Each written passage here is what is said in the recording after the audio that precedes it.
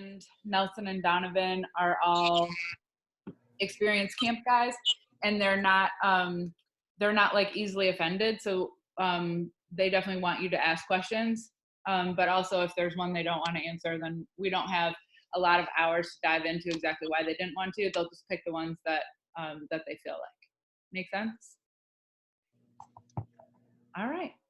Ethan, I love your comment in the chat. That's so cool. No. Nelson, my man. Hey, you look like you're at work too. And frozen. Everyone looks frozen. I think we're frozen. So are we frozen too? I think it's our fault. They can probably all hear each other. That's awkward. And we're back. Sorry, we had a glitch there. Uh-oh. So did you know that Nelson sometimes goes by Popeye? Yes. The first day that Nelson was in the Summer Camp Society, whatever, I was like, don't you go by Popeye? Just not true at all. I thought he did. I thought that was Nelson's camp nickname. And then he changed his like display name to Popeye and started telling everyone that one person in the world calls him Popeye. Must have been me. Now that would be really awkward if it wasn't you and Nelson, but because yeah, we're homies. But sometimes people have like weird, and at all your camps, people have like all kinds of weird nicknames. Yeah, but that's not my fault. I'm not saying it's your fault that people have weird nicknames at your camp. I'm saying a lot of people at your camp have weird nicknames. I thought that I remembered that Nelson's was Popeye. I think I'm feeling like you're implying a little blame here, and really we just recruit heavily from Pessum, where they have camp names. And then the Pessum people all start introducing themselves as like GG Beans and like whatever. And then everyone wants a camp name, and suddenly I've made all these name tags for nothing, and everyone's coming in the office like, can you make me a new name tag? I want to be Sunshine Daydream. Wait, can you make me a new name tag? And everyone's over here like, Bubble feels sick. I'm like, how can I help? I don't know who that is. I'm trying. Writing a little cheat sheet on my hand, like, thanks, Jenna Bubbles. The hidden curriculum at this other camp I worked at, that I came in as like the assistant director, so I was like new to their culture, was that there was camp names, but as soon as you got onto ad staff or like leadership team, you stopped using camp names, and you would refer to people by their real names, not by their camp names. So it's this like silly divide where like all the regular counselors were like the parents are like, we're not playing this silly game. Yeah. Listen, Theodore.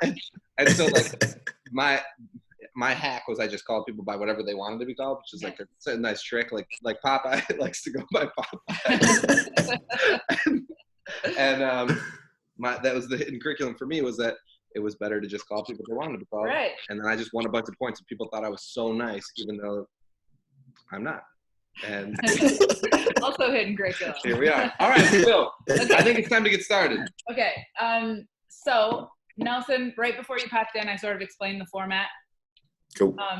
And what I want to say first is that the whole point of this panel and our whole thing is just to like listen to new perspectives and think about a small change you can make at your camp to be more inclusive.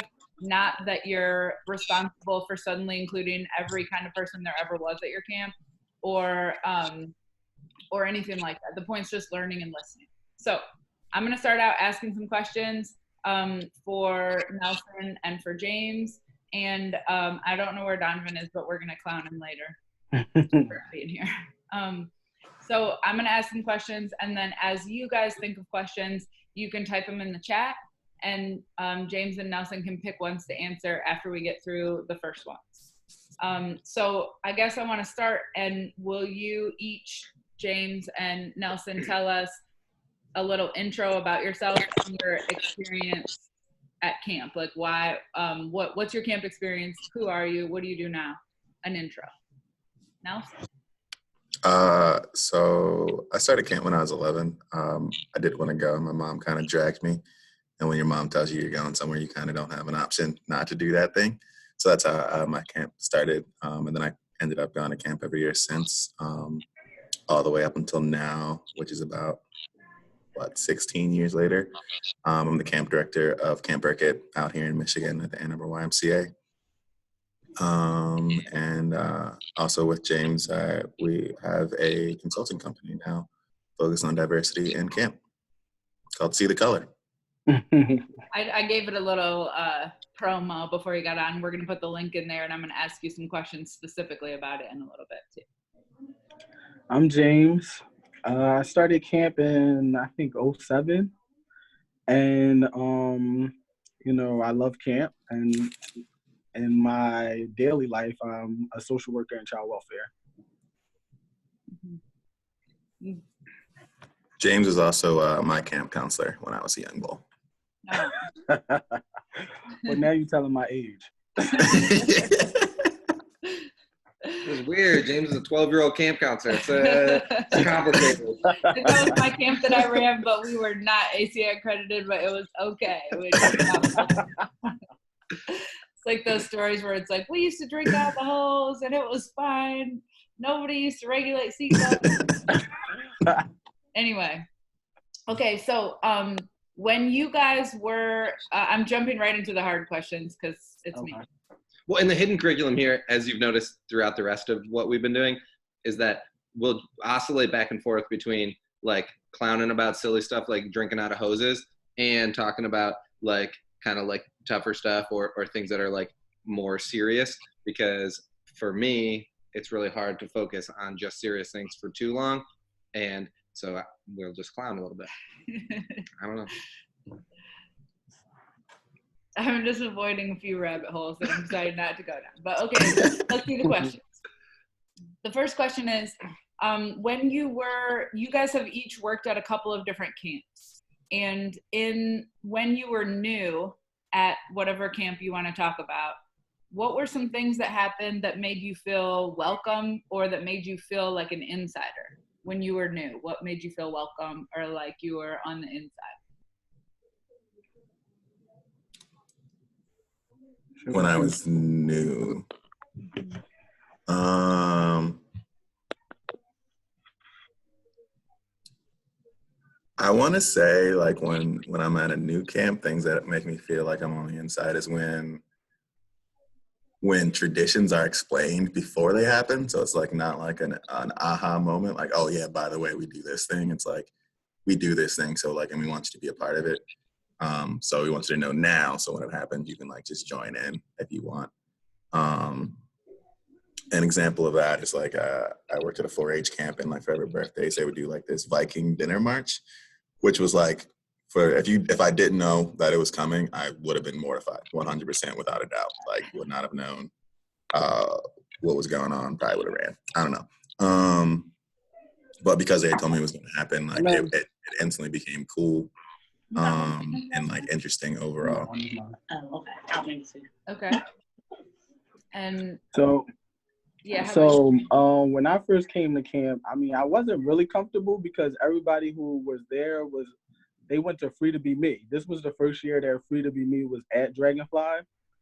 And it's a really weird story because like I have a group of friends, and one of my friends who isn't a part of that group, well, I didn't know was a part of that group, actually invited me to camp. It was my friend Tehran.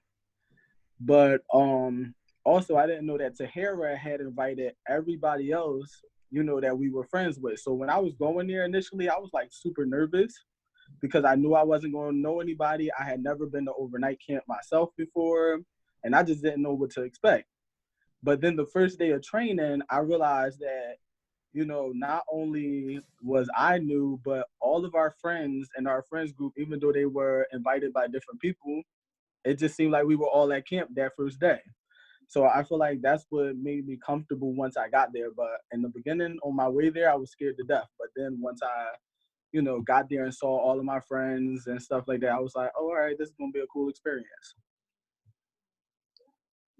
And are there things that, like maybe not right away, but sort of over the first either summer of working somewhere, the first couple summers, that a supervisor did for you, or a coworker did for you or with you, that made you feel included or empowered or part of everything or accepted, like all of the good, happy, inclusive words? What are some tangible things that people did that made you feel that way?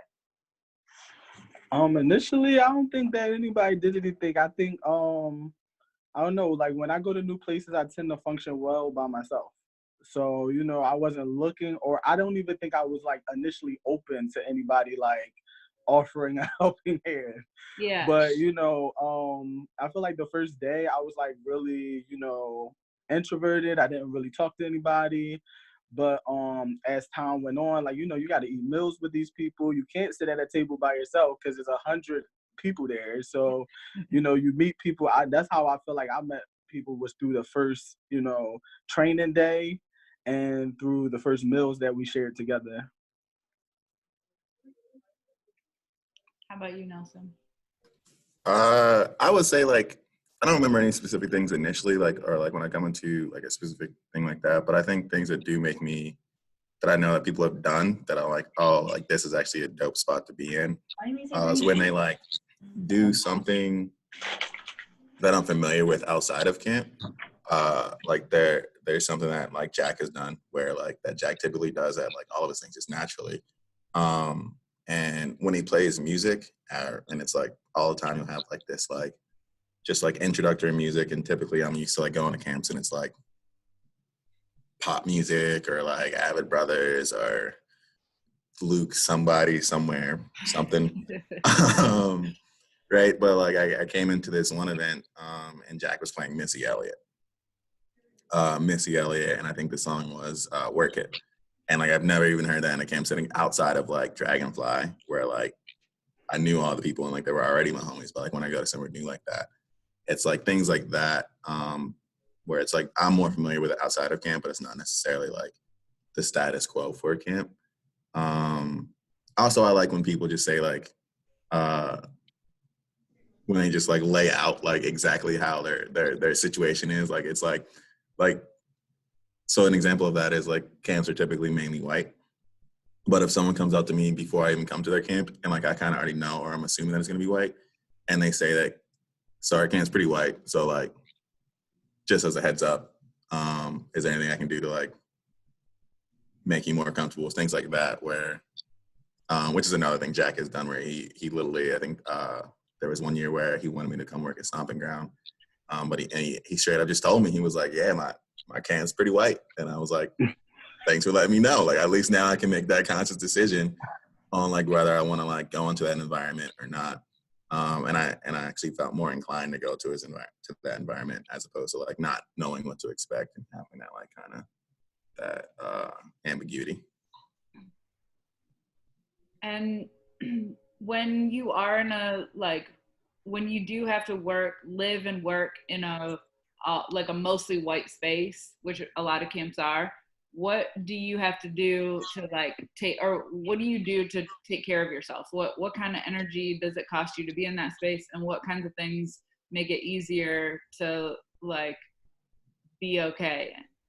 Like obviously I know you guys are okay, and I'm kind of asking this awkwardly, but do you know what I'm saying? Like, what do you do to kind of like get yourself back energized and recharged to be able to be in a white space? I know for me, I don't eat like, so, I mean, it takes me a while. Like, I mean, I can't say that there's anything that someone can do besides like, you know, just give me my space and let me fill out the atmosphere for myself. And yeah, I don't think that there's much that, you know, anybody can do besides like making sure that I you know, I don't know, it's kind of weird. Like, you know, I got to just make sure that I have space to get away and process my thoughts, because I feel like a lot of times when you're in that space, a lot of people are, you know, like if I'm in a training and I'm like listening to people's answers as they're answering questions in the training, and I'm like, yo, where do these people live? So for me, I feel like I'm just going to, I mean, it's just something that, I have to deal with within myself. Like, eventually I'll get used to the space, but I just feel like initially I'm just like, my mind is blown. It's like, it's a culture shock. I definitely think the time and space thing is significant, even though I hear you saying that isn't really a doing something, but it kind of is, because at a lot of camps, the expectation is that like no one will ever take a break, and you will be like present with everyone and acting super peppy 100% of the time from day one till day finish. And I think what you're saying is give me some space to get used to it and give me some space to process. And that's something that it's sort of the absence of doing something, but it is like, if you did take a break and then afterwards someone was like, we expect you to be at everything every time, then that's almost like that would be an action of not doing what you needed. Well, yeah, that's true. That is true. What do you think, Nelson? I had an answer and then I kind of forgot the question, but it's like coping. How do you cope, and what do you take care of? I was actually talking to Don about this yesterday, like last night, wherever he is right now. Oh yeah. But and like James might disagree with like what I like to call this spot that we had at Dragonfly, that he was who I would consider the leader of. I would call it the Black people couch or the Black people corner. In which case there was just a space where, in my opinion, a lot of the Black people would gather at the end of the night, and like it would just be like casual conversation, but it wouldn't be. And the conversation definitely was different than like whatever you had throughout the rest of the day, because the rest of the day you're having like these like perky camp conversations all day. But like at the end of the day, you would go to this couch area section with a bunch of seating areas, and like it wasn't just exclusively Black people, but like if you needed to find the Black people at like 10 o'clock at night, you kind of knew where to go. And it would just be like real conversations. It would be like a lot of clowning and stuff like that. And like that, I think, is a space that is like created naturally. But what I think like allowed it to like, I think what allows it to create it naturally is like nothing was done to like disturb that. Like I don't ever remember seeing like Scott or Sale or whoever else was like the director there. Like I never remember seeing them in that area. It was like our own area and stuff like that. And like even that space, even now, like it occurs. I was just talking to my coworker, like it actually exists at my job right now, where my office is technically what I would consider like the Black people spot, where a lot of our Black staff members, and I think it might be because like we have 3 Black directors that all work in the same office. But like just the other day, there was like 8 Black people out of like the 10 Black people that work in the entire building, all in this office, just like hanging out and like clowning. And I even asked her, I was like, do you think this will become the Black spot? And like, it sounds weird to say that, but I think like, I don't know, I guess people call them affinity groups or like circles or kind of things like that. I just call it the Black people spot. And I think that like just does a lot for your mental, because it allows you to speak in your own language in a sense. Yeah. It allows you to use the words that you typically use outside of like your professional life, and like just relax and like not worry about like always having to say the right thing.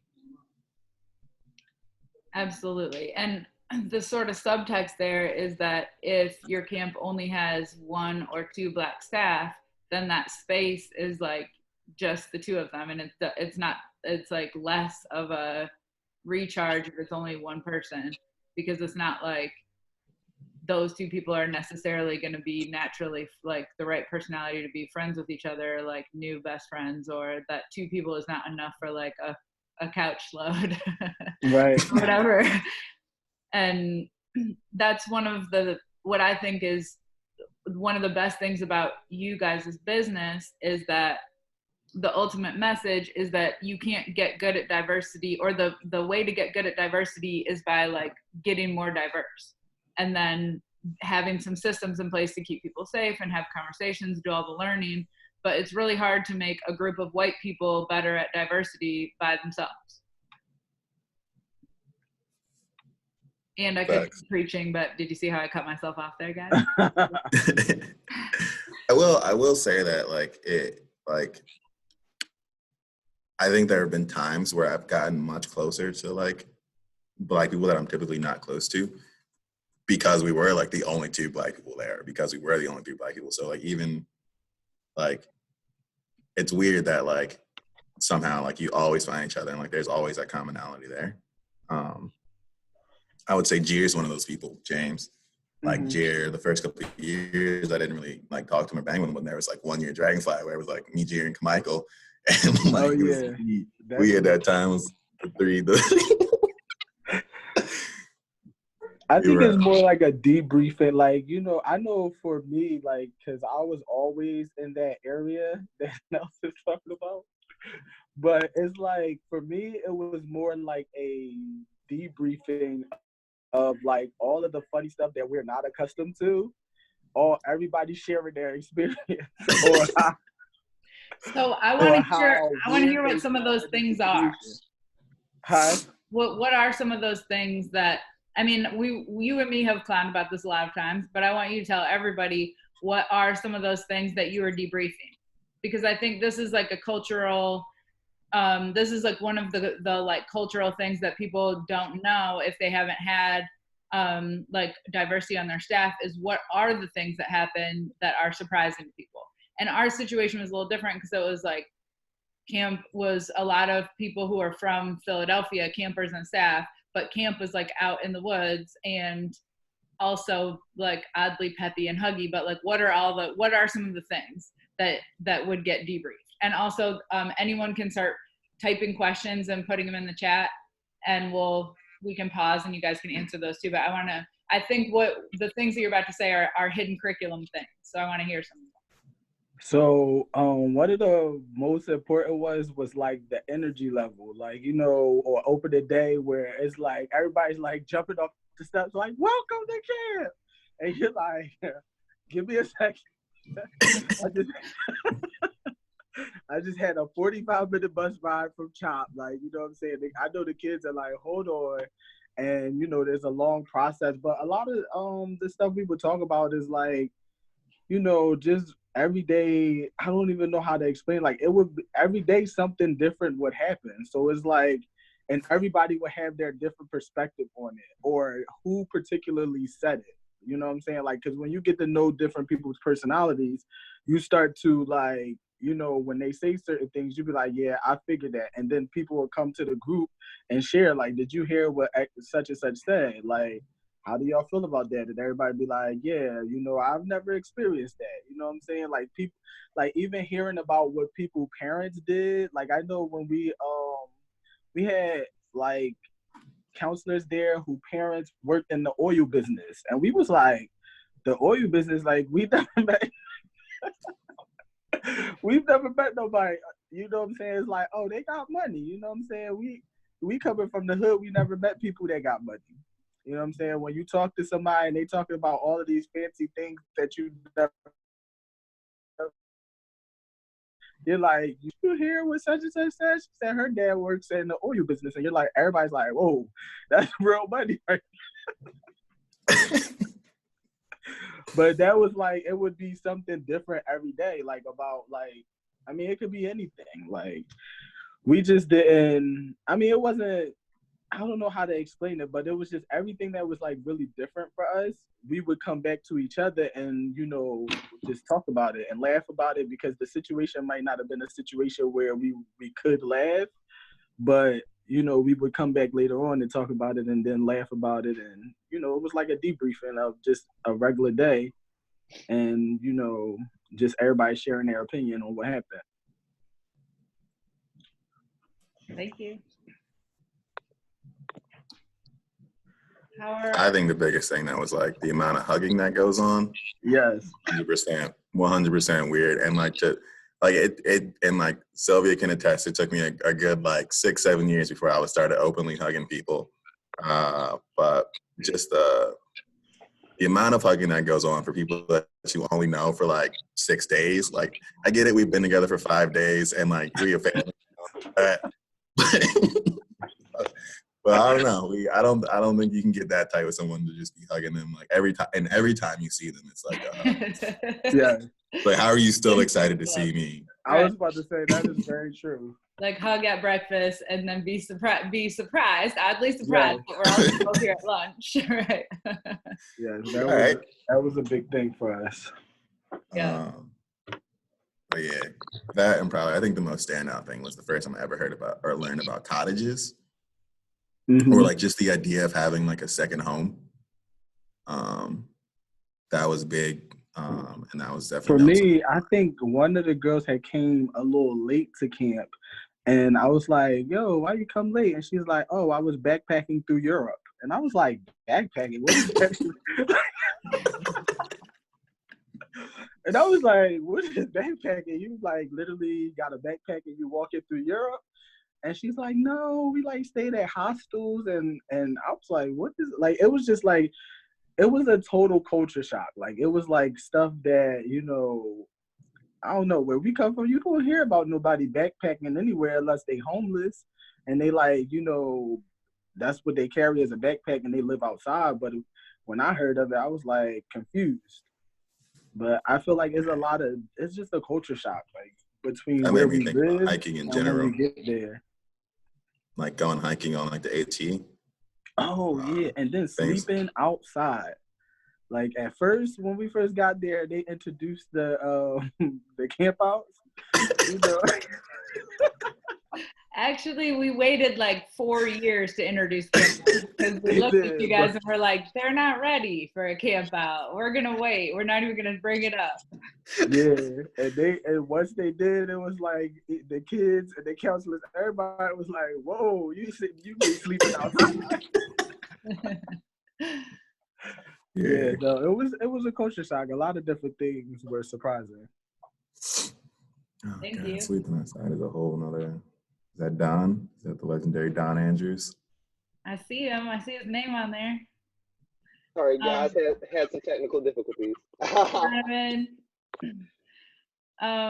We're like, we just talked about some of the things at camp that were like surprising culture things, such as I wouldn't call it excessive hugging, but a surprising amount of hugging. Should we say that? Yeah, most definitely, yeah.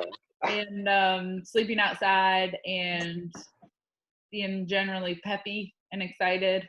Yeah, definitely the high energy. Definitely is very surprising if you've never been to camp and you're you know, a person of color, you'll be very surprised by the amount of energy and love that is just like shy at you.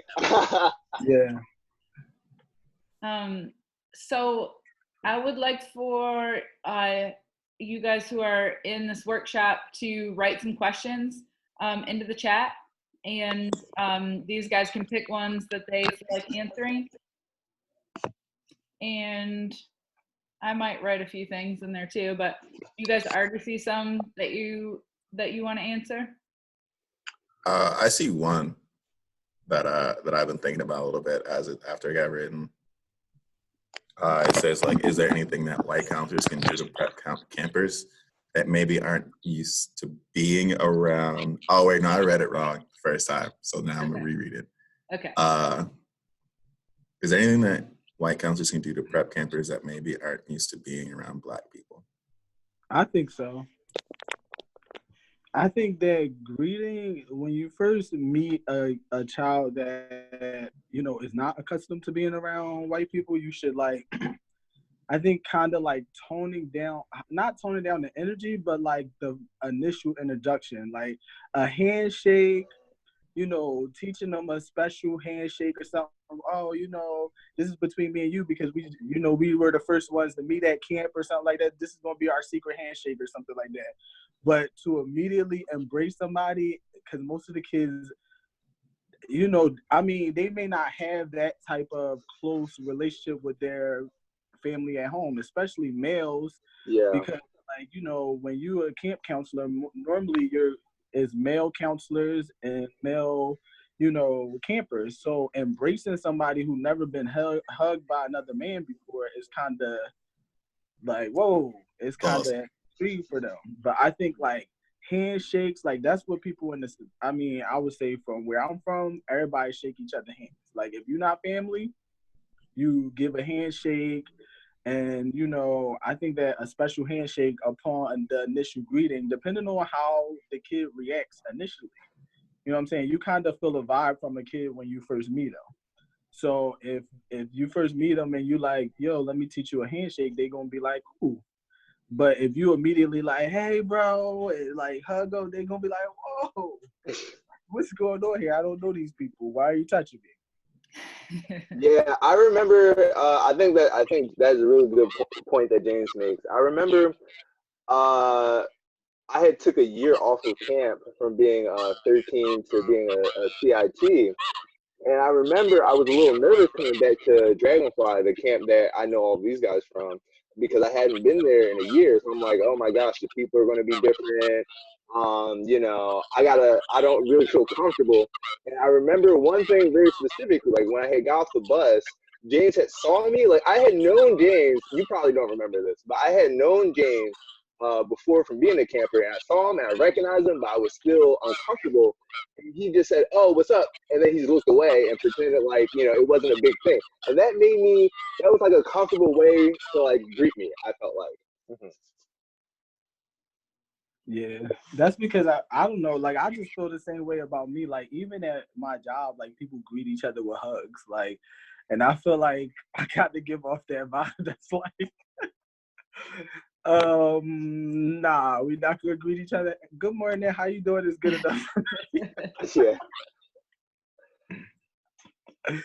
So yeah, I just feel like that's a part of the culture shock for them. It's like they're not accustomed to those things. Thank you. Is there anything that's happened to you guys at camp that's made you feel like not welcome or like more alienated or more like pushed to the outside at any of the camps that you've been to? I mean, I think that when I was at Dragonfly, I was easily labeled as a non-approachable person. And that kind of, I mean, I wouldn't say it made me feel like the outside because, like I said, I get along really well with myself. But but it did make me notice that, like, okay, maybe I should try being nicer. But I didn't realize that I was, like, not approachable. I always felt like I was approachable, but I realized later on, even as an adult, when people used to tell me, like, oh, my God, like, you just seemed so mean when we were at camp. And I'm like, I never was mean. It was just that, you know, you got to take the time to get to know me. And, you know, but I feel like that made me feel a little bit alienated. It was like because certain people would stay clear of me. And I knew it. And I was okay with it. But I just was like, as time went on, I felt like I needed to take a different approach. Like try and be a little, you know, I don't know. I mean, I didn't really change, but people started, I guess I grew on people, you could say. I think so too. I would probably like echo that too in terms of like being unapproachable. And I like found it odd because I was like always the person that was like loud and like doing all the songs and stuff, like doing like my utmost to like put on a show. Like singing the songs and doing the dances and like seeming as friendly as possible. And I still do that. And like even currently to this day, there like whenever I go to a new camp, like it's like I have to go an entire summer before people consider me like someone that's like okay to approach and like ask for help or like give conversation to.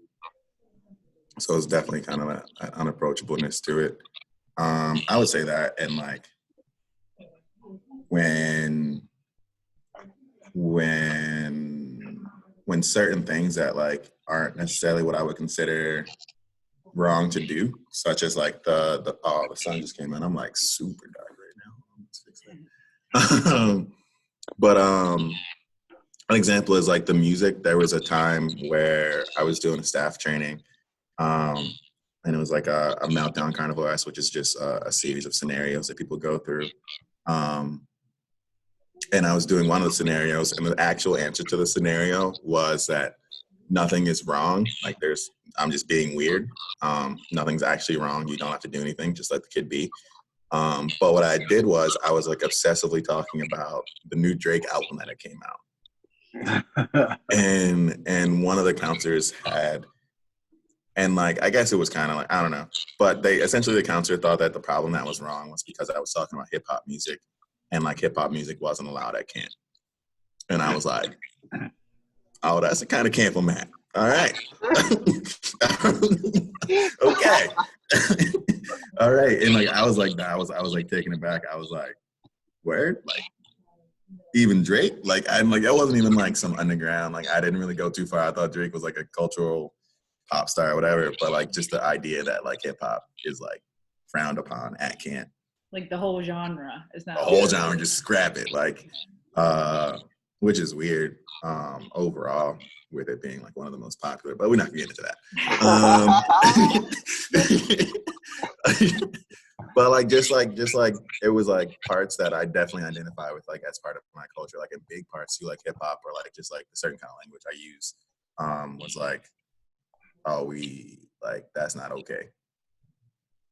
That like definitely didn't feel too good. Yeah, I feel like what kind of made me uncomfortable in going to camp is not only is the whole program completely different from what I was used to, like anything that I've been experienced to back home, but I felt kind of pressured to, and yeah, I felt kind of pressured to have to get with that program really fast. Like, you know, from never being to camp before, even if I was there before, if I was there before and it's been a while since I've been at camp, like it's very hard to go from the world that I was in before to that happy camp environment. And I felt like people weren't very tolerant of me needing time to adjust to that environment that was very different from where I came from. It's like I can get there, but I need like about a week. Right.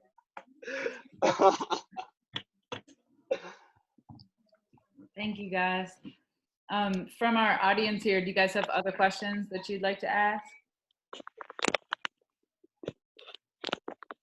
Also, I have a question. Should I be seeing things in the group chat window, or? If you click on where it says chat, it should come up.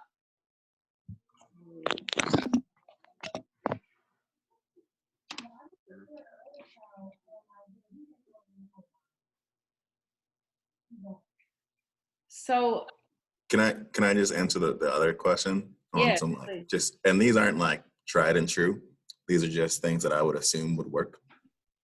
On some good diversity recruiting strategies. I think if you think about how you market and like where you market, I would say like, and this is just an assumption that I'm making, is that most times like we do kind of our typical things that we want to do.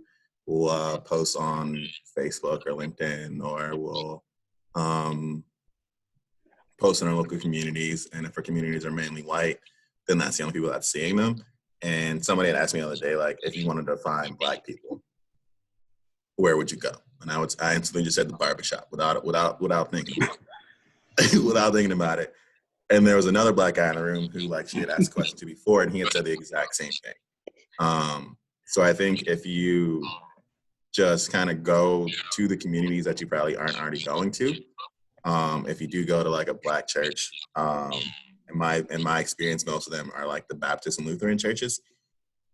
And then, or like if you go to kind of an area where there is a Black barbershop, and I'm not talking about like your sports clips, I'm talking like it's owned by like a 60-year-old Black man who's been there for 20 years. Yeah. And like everybody calls him Pops. Like that's the kind of barbershop I'm talking about. And like just like put your material there. I think it has a lot to do with like just who's seeing it. And I think oftentimes we kind of stick to what has worked for us in the past, which is like the coffee shops and things like that. And that's not saying that people don't go there, but you kind of want to go where there's an abundance of whatever diverse population you're looking for.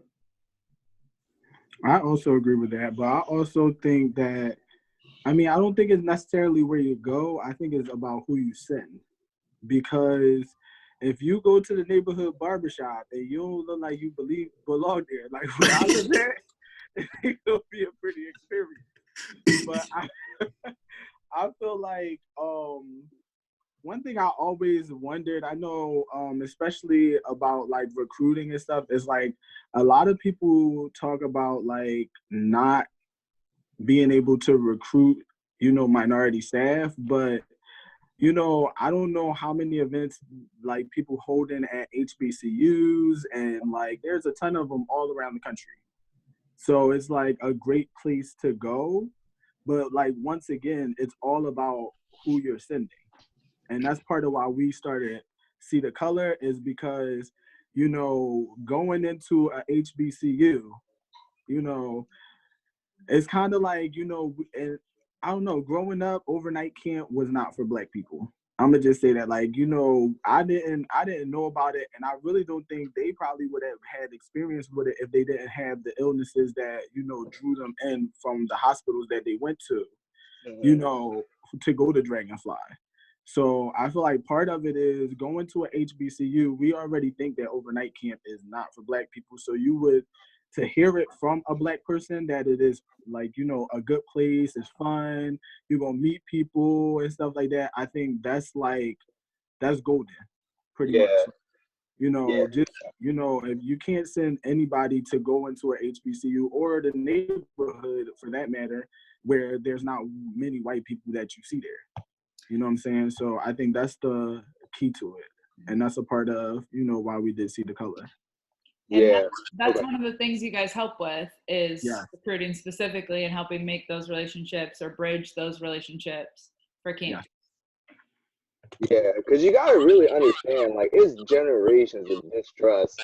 Just even if in your own, in your own personal experience, you've had like positive interactions with white people as like a Black, a Black person in general. Like your whole life, that's one thing that has been kind of ingrained in you, is just not to trust, white people, if I'm being honest. So it's very hard to like make that trust on your own.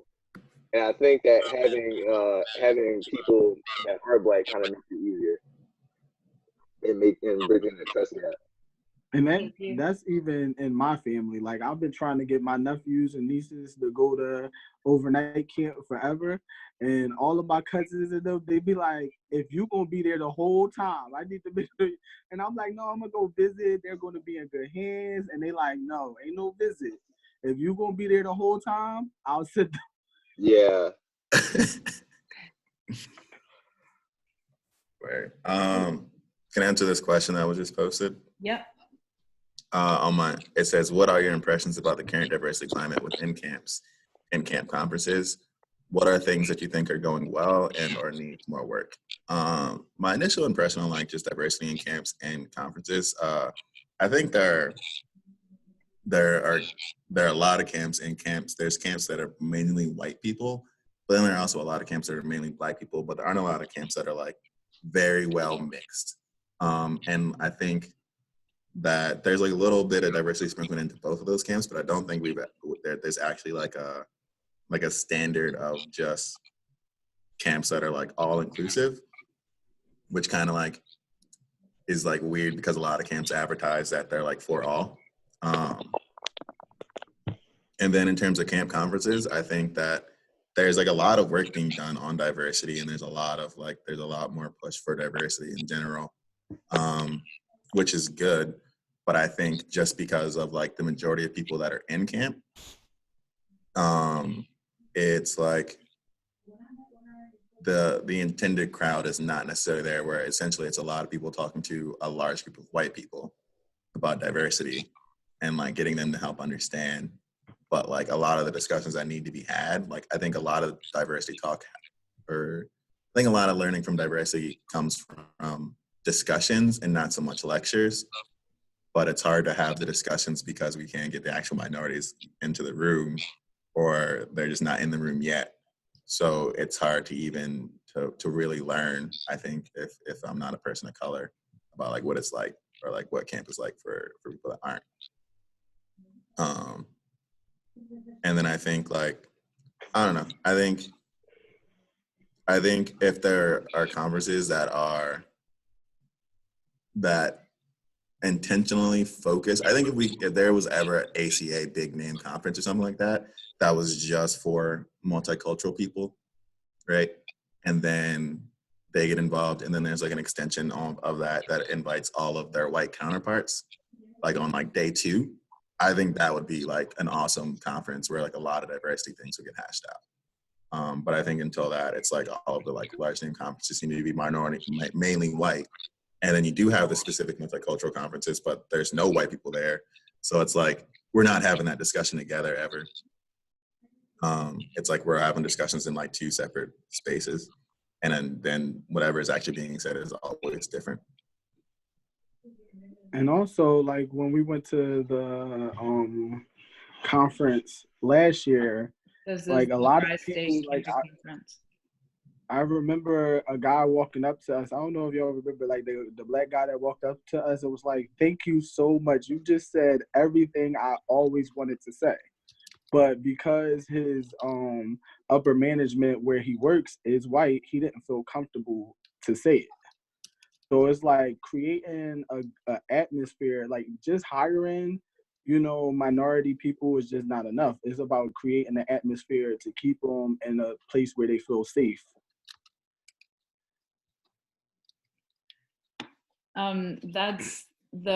That was a panel that these 3 did at the ACA Tri-State Camp Conference, and that panel is going to happen again at this year's Tri-State if you're going to be there. Well, we're almost out of time. I would love for you guys to post the link to your business in the chat so all these guys can check it out. And then I would like to encourage our participants here to reach out and ask you guys more questions through the links on your website, or spread the word about See the Color, because the stuff that they're doing is it's really powerful. I think it's a resource that our industry really needs. Will you guys post some of your takeaways from today in the chat as well? What was something that you learned or liked or appreciated about the session today? And let's do Jack style, where you just get ready, think it, type it, but don't hit send yet. Yeah, think it. Come on, up in your brain, thinking. You can type, but you can't send. All right, here we go. Are you ready? I'm ready. Are you ready? All right, 10, 9, 8, 7, 6, 5, Go. 4, 3, 2, 1, go. Send it.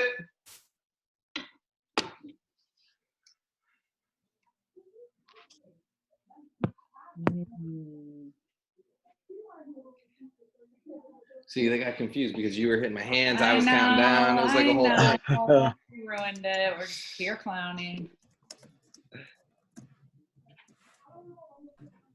I love these guys.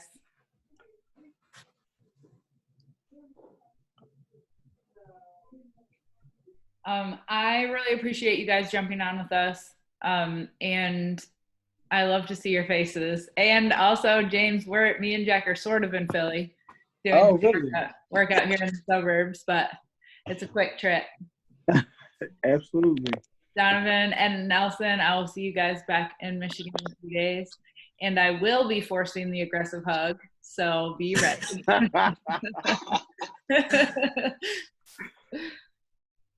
All right, thanks you guys.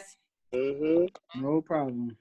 You guys can stay on if you want. We're gonna do like a little bit of debriefing about today, but also move on to stuff for our next week. So you're welcome to stay or not, either way. Well, I'm gonna go back to work. All right, thank you guys. No problem. Okay. See you. Bye. Bye, y'all. Thanks. All right. So thank you guys for your time and attention to our panel today. We appreciate that. Next week is our last week. I can't believe how fast February has gone. What was our homework for coming up? What did we decide for homework this week? I don't remember. I remember. Yes, I just had to ask you. I know, this is how it works. It You're was smarter than me. It was to come up with one action item that you can do or your boss can do to make a multicultural connection for staff. Like either an organization that you could reach out to for some recruiting, or to reach out to a staff member who is unlike your usual demographic and ask them about their experience being at your camp, to take one action item to encourage diversity in your staff. Okay. What do you guys have questions? Do you have takeaways? What were some of your, I kind of want to hear out from you. What was it like to listen to our panel? And I think we could just talk. What do you think? There's a few of us that I think you could just say what you thought. We don't have to do breakout rooms. I don't think we have to do breakout rooms. We can just be the breakout room. Well, but I like the part where all right. I can kick that off. I just wanted actually to piggyback off of one of the things that I think it was Nelson, what he was saying in terms of recruiting, especially with like HBCUs. If you're looking to add more diversity, I think that is definitely a great avenue to do that. It's one thing. A lot of camps probably won't even go that route, especially if you have directors that are white, because they're like, oh, maybe that's not a space for me to go into, or like, should I even like recruit there? And just a little background, like our camp is definitely majority white, but I happen to be one of like the few minorities that are in like, director position. And so I definitely recruit there as well. And it's been huge because I think it's important for our campers to have the interactions as well. And it's a learning process for both sides. And that's something that I even talk about, especially with our staff coming in when I hire. It's like, hey, just letting you know, like up front, like it's majority white and, from a certain background. And like, it really just makes the whole camp experience, and like our staff mirrors what our camp population we would like it to be and are working towards. But, so recruiting at like an HBCU is great. And I think that's the first step, but then also making sure that you have like the safe space and like the affinity groups and all that stuff as